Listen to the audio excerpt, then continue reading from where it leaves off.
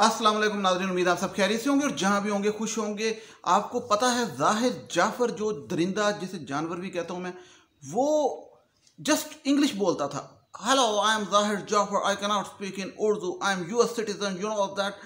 और वो अब उर्दू, पंजाबी, सिंधी, पश्तो सारी ज़बानें उसके मुंह से निकलना शुरू हो गई हैं। जो उसका दिल कर रहा है वो बोल रहा है, क्योंकि जेल में वो चीज़ सैंडविच, स्टेक टेक्सास के और ये जो उनसे ना आपको पता है पास्ते शास्ते और मैक चिकन नहीं मिल रहा, तो वो वहाँ पे 4 दिन दाल पकती है और फिर मोंगरे पक जाते हैं। वो मोंगरे देख के वो कह रहा था व्हाट इज दिस, वो मोंगरे स्टेक के साथ खाना गिजा हुआ है।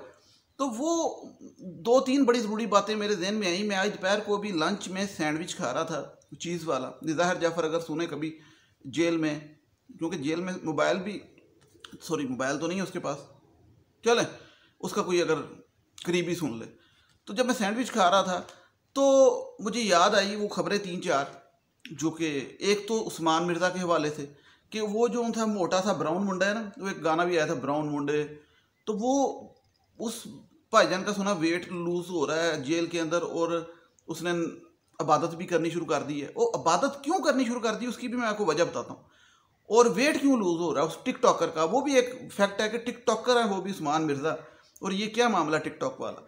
तीसरी बात जो थी है वो है कि शाह खावर जो थे नूर मुकद्दम के वकील हैं, उन्होंने वही बातें की हैं कल एक इंटरव्यू में बशर साहब के साथ, जो बातें मैं पिछले 4 दिन से कर रहा हूँ, और उसमें एक फेक न्यूज़ के हवाले से। और ये चौथी मामला जो था फेक न्यूज़ के हवाले से करेंगे कि यूट्यूब पे मैं खुद भी बात करता हूँ, लेकिन यूट्यूब पे 90% फेक न्यूज़। तो वो क्या मामला फेक न्यूज़ वाला। तो खैर ये सारी बातें मैं आज आपके साथ करूँगा, और ये केस का अब क्या ज़मानत जो हुई है वो आगे जाके किस किस की ज़मानत हो सकती है, क्योंकि उस ज़मानत से प्रेसिडेंट सेट हो जाता है और बाकी लोग भी करा सकते हैं कैसे। लेकिन पहले आ जाए उसकी दाल की तरफ।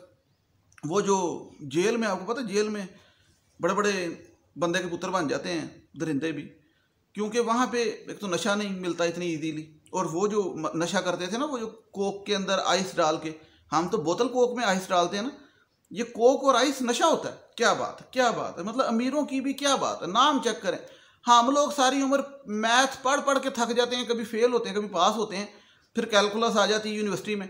इनका नशा है मैथ, मतलब नाम भी उन्होंने वो रखे हुए हैं उस तरह के, मैथ ताकि लगे कि मैथ पढ़ रहे हैं, वो मैथ होती है।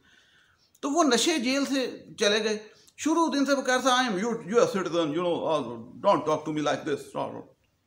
तो अब वो क्या कह रहा है, अब वो कल मोंगरे आए हैं तो वो कहता है मोंगरे लै जाओ, मैनू मैक चिकन मंगवा दो। तो सारे वेख्या ये उर्दू भी पंजाबी भी सारा कुछ बोल रहे हैं, ये चंगा भला है थे। असल में ये सारी उम्र यहाँ पे रहा है यूएस में, सिर्फ ये कुछ अरसे के लिए जाता रहा है, और 2019 से भी ये यहाँ पे है। तो बेसिकली प्योर देसी किस्म का ये जानवर है। और ये जो था ना एक एक्टिंग कर रहा था कि हो सकता मैं इंग्लिश बोला, तो उतों एम्बैसी वाले यूएस के कहण हाय किड्डा सोहना अंग्रेज है, इनू लै जाने वापस अमरीका है।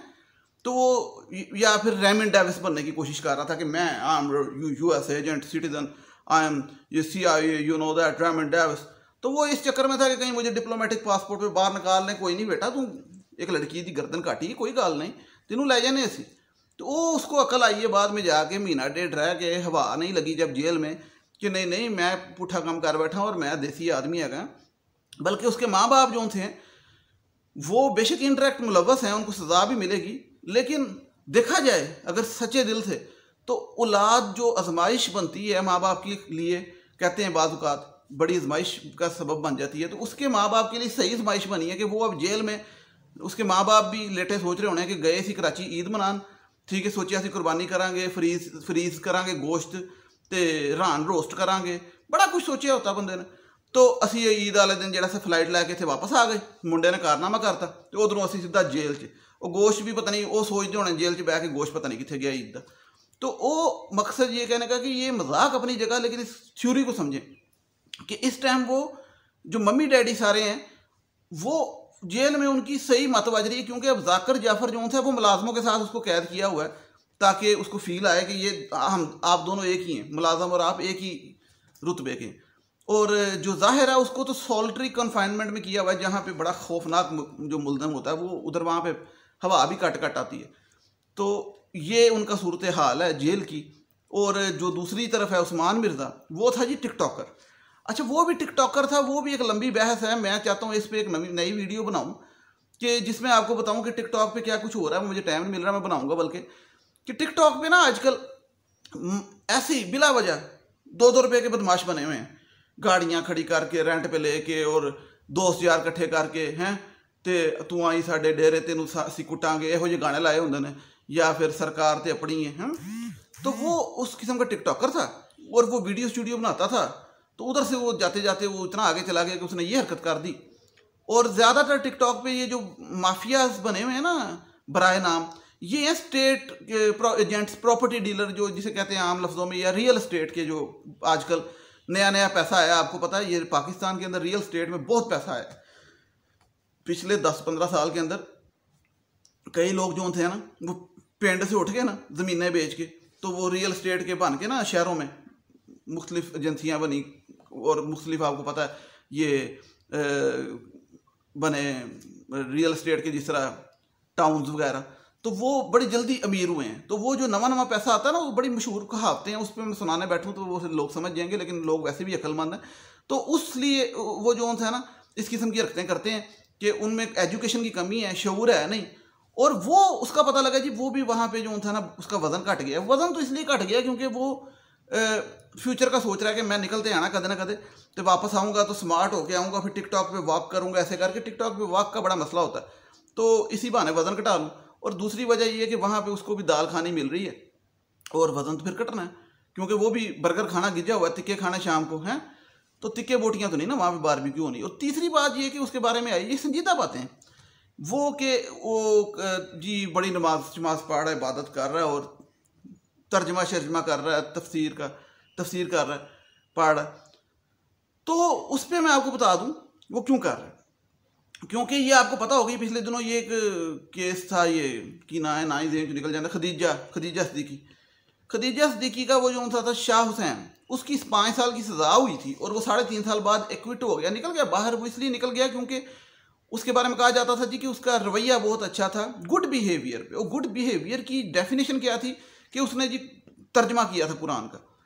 तो ये एक तरीका होता है जेल में ना, ये एक उन्होंने दिए होते हैं आपको पैटर्न्स के, आप ये काम करें तो आपका बिहेवियर अच्छा काउंट होगा अदालत में और आप फिर जल्दी छूट जाएंगे। तो ये मैं आपको बता दूं ये भी एक कहानी होती है। तीसरी बात पे जल्दी से आएंगे कि शाह खावर साहब ने वो बातें की, मैं 3 दिन से कह रहा हूँ, आप लोगों को जो वीडियोस देखते हैं उनको पता है कि भाई ये जो थी जमानत हुई है, एक तो ये बेल जो थी हुई है, ये रिहाई नहीं है, इनको दोबारा ट्रायल कोर्ट पकड़ सकता है।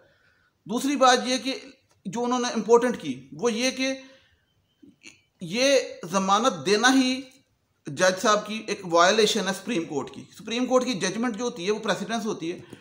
सुप्रीम कोर्ट की एक जजमेंट 1986 के मुताबिक ये कोई भी कोर्ट जब एक से ज़्यादा मुल्जिम हो उनको जमानत नहीं दे सकता जब पीछे किसी और ने उनका फैसला कर दिया हो जमानत का या देने या ना देने का। कहने का मकसद ये है कि जो इससे पहले असमत आदम जी और जाकिर की जिस जज साहब ने ज़मानत का जो था फैसला मुस्तरद कर दी थी ज़मानत, वो ही फैसला कर सकते थे इस ज़मानत का।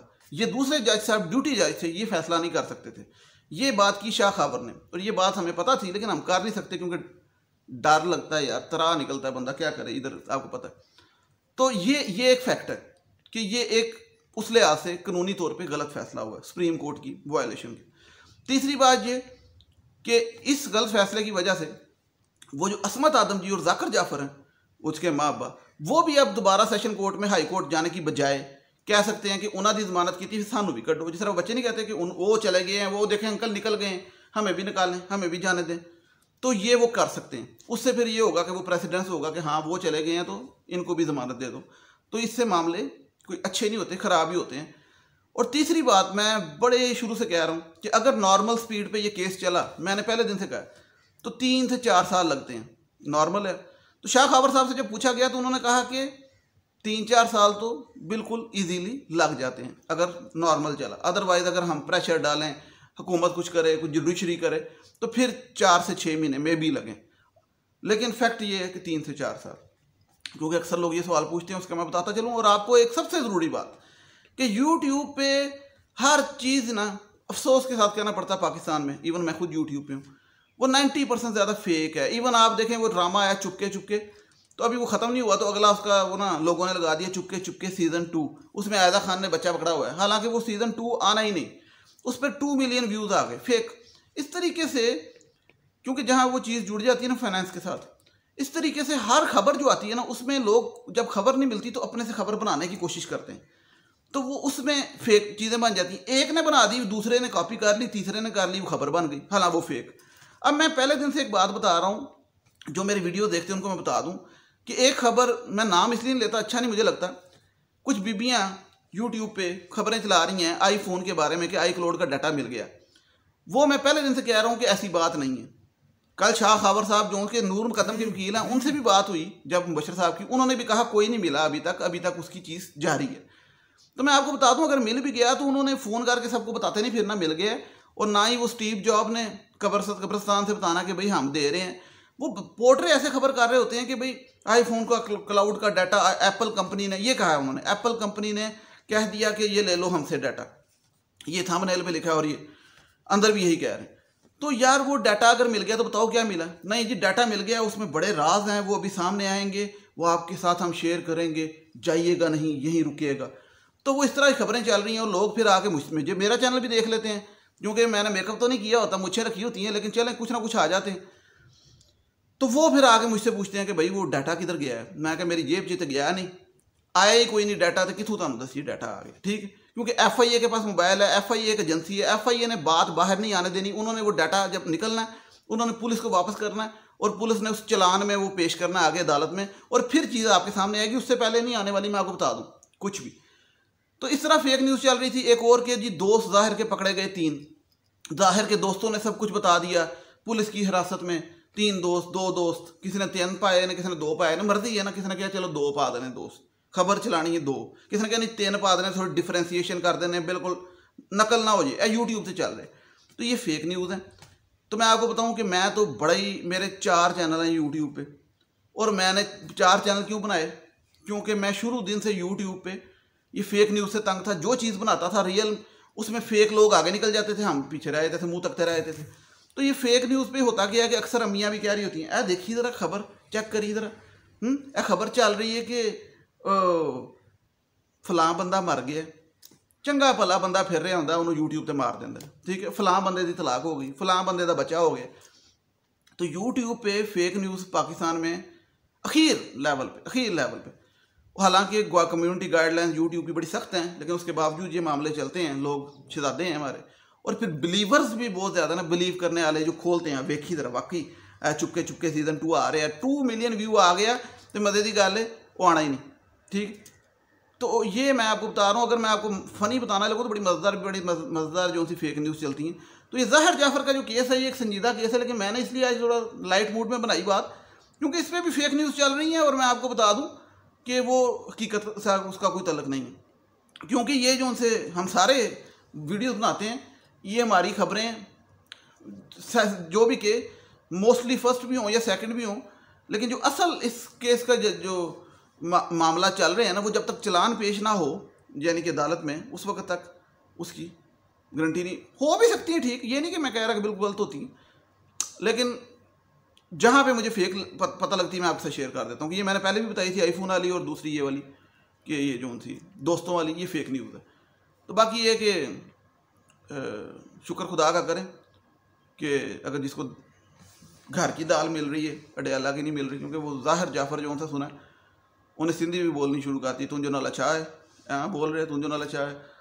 तो खैर क्योंकि वो चाह रहा है कि मुझे किसी भी ज़ुबान में मैक चिकन मिल जाए, बहरहाल। और ये सारी जो बातें हैं फ़नी स्टाइल थोड़ा बहुत किया होगा, लेकिन सब हकीकत है, सब सच है, इसमें कुछ गलत नहीं है। मोंगरों वाला मामला हो सकता है आगे पीछे हो, वो मोंगरों की जगह तोरियाँ हों, लेकिन चक्कर यही है। नेक्स्ट वीडियो तक मुझे इजाज़त दीजिएगा। टिल देन टेक केयर, अल्लाह हाफ़िज़, थैंक यू सो मच।